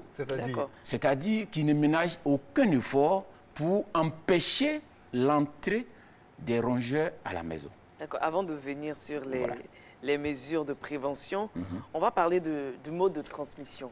Comment se transmet la fièvre de Lassa? Je le disais tantôt, la fièvre de Lassa se transmet par deux modes. La transmission est possible par le biais de l'animal l'hôte. Oui, mais comment? C'est à travers ses déjections. Son urine, ses selles et autres. À travers ces déjections-là, la souris peut émettre le virus sur ses passages. Et le contact de l'homme avec ces éléments-là est une voie de contamination. Donc le rat, sinon la souris, à travers sa prospection qu'elle fait dans nos ménages, dans nos boutiques et autres, vous voyez souvent les boissons qui sont souvent mal protégées. La nuit, les souris visitent et avec les pattes sales, quand elles ont souvent fait ses besoins l'urine, il y en a quand même des résidus sur les pattes qui vont rester sur nos ustensiles de cuisine, sur nos restes d'aliments, sur nos assiettes et autres. Et c'est accidentellement que nous allons utiliser ces éléments-là. C'est à partir de là que nous allons nous faire contaminer. Ça, c'est une des voies. Et il y a la possibilité même de manipuler ces rongeurs-là. Quand on va dans nos villages, nous organisons souvent la chasse aux souris. Là. Mais pas qu'au village, à Abidjan. Oui, à Abidjan, c'est rare. Il y a des gens qui s'amusent avec les petites souris. Oui, c'est rare de trouver les populations en train de faire la chasse. Oui, de faire la chasse aux souris. Mais au village, ça s'est fait. Et si nous trouvons en face d'un rongeur contaminé, donc la manipulation devient une voie très favorable pour la contamination. Et ce que vous dites est d'autant plus vrai que, vous savez, les canettes, les canettes, là. Oui. Lorsque les canettes ne sont pas... J'ai vu un élément, un reportage sur une chaîne extérieure, où les canettes, la canette était là, et il y a eu une déjection de souris. Et la personne, par inadvertance, qui est rentrée, qui a ouvert... Ah là là là là là. Bonjour les dégâts. Effectivement. Il faut avoir vraiment... Et même dans les réfrigérateurs, il y a des souris qui ont dans les réfrigérateurs. Si c'est mal fermé. Oui, si c'est mal fermé. Il faut avoir vraiment ce réflexe-là de toujours nettoyer. Essuyer, de nettoyer. Même, bon, des fois aussi, on est tellement fatigué, tellement... De rincer, si possible, hein, avant de boire. Voilà, donc c'est ça pour... concernant cet aspect-là, on a parlé du mode de transmission à travers l'animal. Il y a la possibilité de transmission à travers une personne contaminée, c'est-à-dire un malade, ou bien même une personne décédée. Le contact avec ces personnes-là peut être une voie de transmission. Donc il y a la transmission à travers l'animal, les souris, et puis la transmission homme-homme. D'accord. Voilà. Et quels sont les signes de la fièvre de Lassa? Bien, les signes de la fièvre Lassa, ce n'est pas de nouveaux signes, c'est des signes qui sont connus pratiquement de tous. C'est, comme on le dit, le nom de la maladie, c'est la fièvre d'abord. C'est la fièvre associée à des signes que nous connaissons. C'est pas une fièvre hémorragique, hein? La fièvre, elle est hémorragique. Quand à un niveau donné, la fièvre peut être hémorragique. C'est effectivement une fièvre hémorragique. Donc nous avons des maux de tête, des courbatures, des douleurs musculaires. Et ici, on peut même avoir des sensations de surdité et de la fatigue générale, la nausée, le manque d'appétit. Tout ça associé à la fièvre. Donc vous voyez qu'on se retrouve dans le cas encore de d'autres maladies que nous connaissons. Je vais parler ici du paludisme, qui a pratiquement les mêmes symptômes, de la fièvre jaune, de la dengue. Alors la différence va se faire maintenant au niveau du diagnostic biologique. C'est-à-dire une personne qui est suspectée avec tous ces signes-là se rend dans un centre de santé pour une prise en charge. Et c'est à ce niveau-là qu'il y aura un prélèvement sanguin afin de situer exactement de quelle maladie il s'agit. Quelle est véritablement l'origine de cette fièvre-là? Puisque cette fièvre peut avoir plusieurs origines. Donc c'est seulement l'analyse biologique, le diagnostic biologique qui va faire la différence. Est-ce qu'on peut guérir de cette maladie si oui. Elle est diagnostiquée? Oui, quand la maladie est diagnostiquée tôt, on guérit effectivement de cette maladie. Il y a une prise en charge, quand la prise en charge est véritablement précoce, associée à un traitement symptomatique des différents signes qu'on a cités tantôt, le malade peut guérir. Qu'est-ce que notre pays fait actuellement, c'est pour éviter, j'ai pas fini ma question, voilà. Hein. Je sais que vous avez une réponse peut-être faite déjà, mais qu'est-ce qui est fait par notre pays pour que, bon, on ne soit pas... Déjà, j'ai apprécié quelque chose au niveau de la communication. Il y a eu vraiment un regain. Ça, c'est très bon déjà. Okay. Et vraiment, il faut féliciter aussi les autorités par rapport au fait qu'il y a des pathologies qui n'arrivent pas à entrer dans notre pays par rapport aux efforts qui sont faits. Alors, là, vous êtes déjà sur ce plateau pour parler de la fièvre de Lassa. Ce n'est pas encore très, très grave, mais on en parle déjà. Ça, c'est bon. Mais qu'est-ce qui est fait encore pour prévenir encore plus? Bien. Ici, je pense que beaucoup de choses sont déjà faites depuis le début de l'année, depuis la déclaration de l'épidémie. L'État de Côte d'Ivoire prend le soin d'éviter, tant que possible, la survenue d'un cas de fièvre Lassa en Côte d'Ivoire. À travers quoi? À travers le renforcement de la surveillance. C'est de détecter le plus tôt possible pour que la maladie n'y arrive pas. Il y a quelqu'un en régie qui propose simplement qu'on dératise toute la ville. Oui, j'en viens. J'ai parlé de renforcement de la surveillance, de renforcement des mesures de sensibilisation, de communication autour de cette maladie-là et de prendre des mesures de, moi je n'allais pas dire d'ératisation, de gestion intégrée des nuisibles dans certaines localités, dans certaines zones du ressort de l'autorité publique. Mais ce n'est pas possible de dératiser? C'est pas possible? Dératiser toute la ville, ce sera quand même prétentieux. Mais je m'en vais vous dire que pour nous, ici, la sensibilisation, l'éducation, comment on appelle ça, au niveau hygiénique, prime. Qu'est-ce qu'il faut? C'est de montrer aux populations les intérêts qu'ont les rongeurs à venir dans nos maisons. Alors, les rongeurs, ils recherchent quoi chez nous? Les rongeurs cherchent dans un premier temps de la nourriture. Ils veulent s'alimenter. Et quand ils se sont alimentés, ils recherchent quoi d'autre? Ils vont rechercher certainement de l'eau à boire. Quand ils ont tout ça, ils recherchent quoi d'autre? Ils vont chercher à se cacher. Donc, ils recherchent un refuge chez nous à la maison. Alors, qu'est-ce qui est important aujourd'hui? C'est d'amener les populations à comprendre tout ce processus-là. Qu'est-ce qui intéresse le rongeur chez moi? C'est ceci, c'est cela. comment le rongeur arrive à entrer chez moi, ce n'est pas un orifice, ce n'est pas une ouverture laissée quelque part sous une porte, à travers le plafond quelque part. C'est là que le rongeur arrive. Et c'est à ce niveau-là qu'il faut amener la population à empêcher l'entrée même des rongeurs à la maison. Et si par hasard les rongeurs arrivent à entrer dans nos maisons, il faut les empêcher aussi à accéder à nos réserves d'aliments, nos sacs de riz, les ignames, les pommes de terre et autres, à accéder à nos ustensiles de cuisine. Il faut bien les ranger dans Il un faut placard. les ranger, tout ce que je cite là, il faut les ranger dans un contenant qui doit résister à l'attaque du rongeur. Vous êtes d'accord avec moi? Si vous exposez dans un placard où il y a une petite ouverture et le rongeur sent que son objectif qu'il a à rechercher se retrouve à l'intérieur et il y a une petite ouverture, eh bien, vous êtes d'accord avec moi qu'il va ranger et agrandir pour entrer là. Donc, les cibles de dératisation au niveau public, ce qui est du ressort de l'autorité publique, je voudrais quand même les citer, c'est pour nous, c'est les centres de santé, les instituts de santé publique au niveau du territoire, les marchés, tout ça, on pense que tout ça, c'est le marché public, bien sûr, du ressort de l'autorité publique, la décharge d'Aco d'eau et ses environnants, et la maison d'arrêt et de correction, et les cantines au niveau des forces et défenses de sécurité. Alors, qu'est-ce qui est recommandé pour les tenanciers, les responsables d'établissements recevant du public? Je vais parler ici des hôtels, des restaurants, des maquis, des bars, des hôtels et même des cliniques. Il est recommandé à ces responsables-là de procéder à une gestion intégrée de la dératisation de ces locaux par le biais des professionnels en la matière. Les professionnels, bon, oui. Il y a beaucoup de revendeurs, hein, des vendeurs de potions magiques pour faire fuir les souris qu'on trouve un peu partout.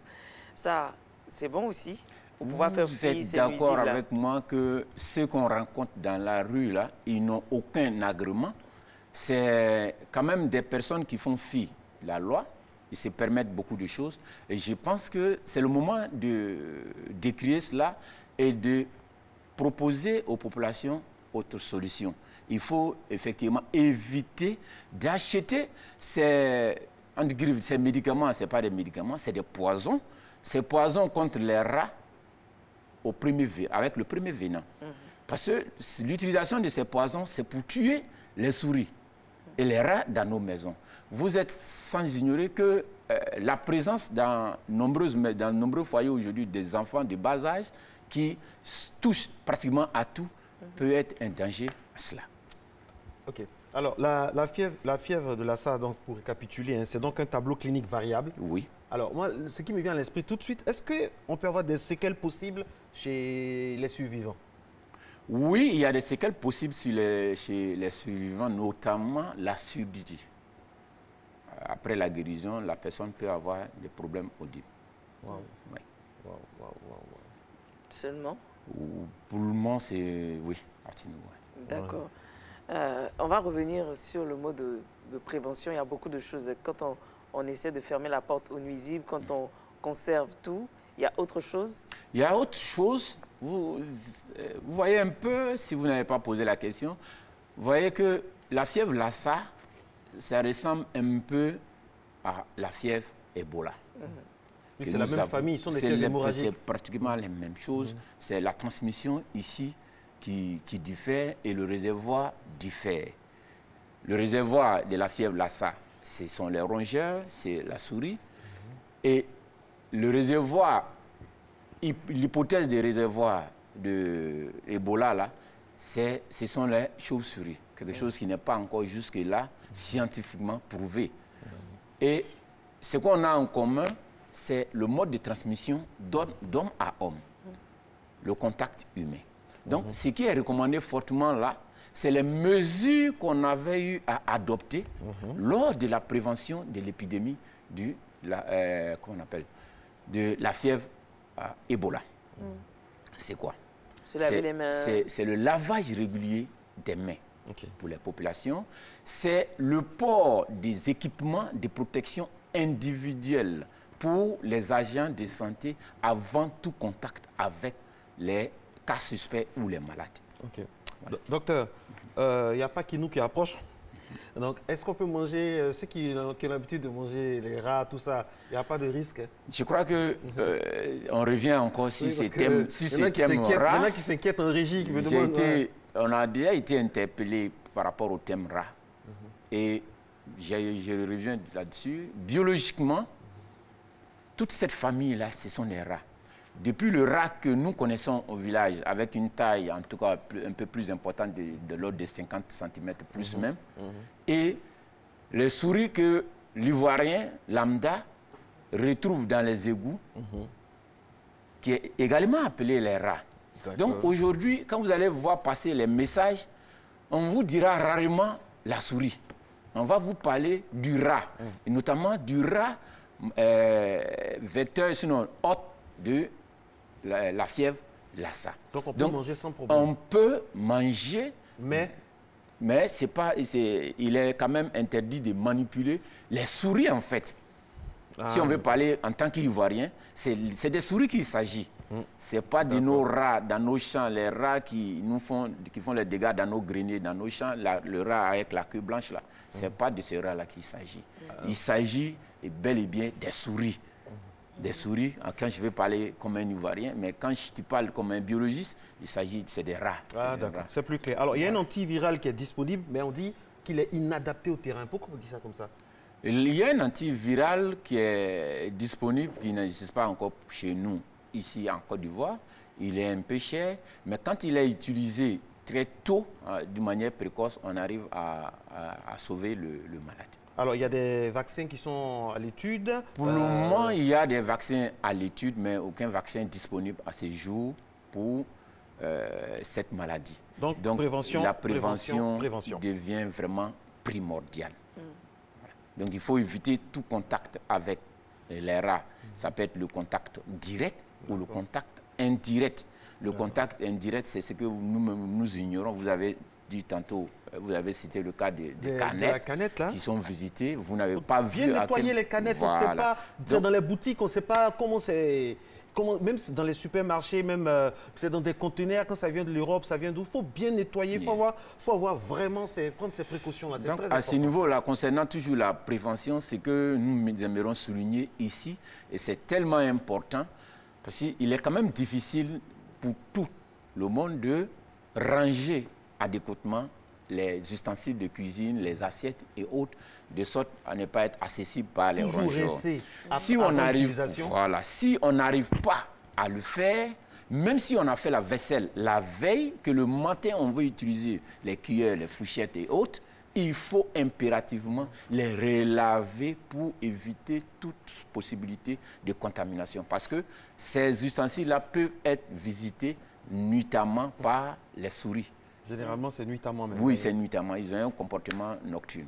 D'accord. On parle certes d'ustensiles, mais il y a des souris qui entrent dans nos placards, nos vêtements, nos chaussures. Affirmatif. Les souris entrent effectivement dans nos placards. J'ai parlé un moment de... Des souris qui mordent même. Des refuges. Il y a des souris qui mordent même. Et c'est l'occasion de dire aux populations qu'il ne faut pas seulement voir la souris comme hôte de la fièvre Lassa. Les souris là sont capables de nous transmettre d'autres maladies, d'autres zoonoses. Je vais parler ici de la rage. À travers les morsures, elles transmettent la rage. Et à travers leur passage, le fait que ces souris et ces rats vivent généralement dans les égouts, elles peuvent transporter d'autres virus. Vous avez d'autres agents pathogènes. Je veux parler de la fièvre typhoïde, par exemple. Donc ces souris sont capables de transmettre toutes ces maladies. Et en dehors de ça, la présence des souris dans nos marchés, dans nos maisons, peut être source même d'incendies. Il y a beaucoup d'incendies aujourd'hui qui sont d'origine inexpliquée. On mène certaines enquêtes et les enquêtes n'aboutissent pas parce que tout simplement, le rongeur a eu à bouffer un fil électrique, causer un coup-circuit et ça a créé un incendie, ou bien même le rongeur a perforé votre câble, votre conduit de gaz et a créé un incendie. En tout cas, vigilance, vigilance, vigilance, mesdames et messieurs, c'est tout ce qu'on peut vous indiquer. Pour le moment, il n'y a pas de vaccin et donc au niveau de l'antiviral, c'est difficilement disponible, mais les efforts donc initiés par le gouvernement, par le Premier ministre et tout le gouvernement payent petit à petit dans le sens de la prévention. Merci beaucoup, docteur Fofana Diakaridia. Je rappelle que vous êtes entomologiste à l'INHP. On parlait avec vous de la fièvre Lassa. Vigilance de tous les instants. On vous souhaite un très très bon jeudi et on souhaite une très très bonne fête à toutes les Léa. Nessie. Oui, Marco. On se dit à demain. Oui, à demain.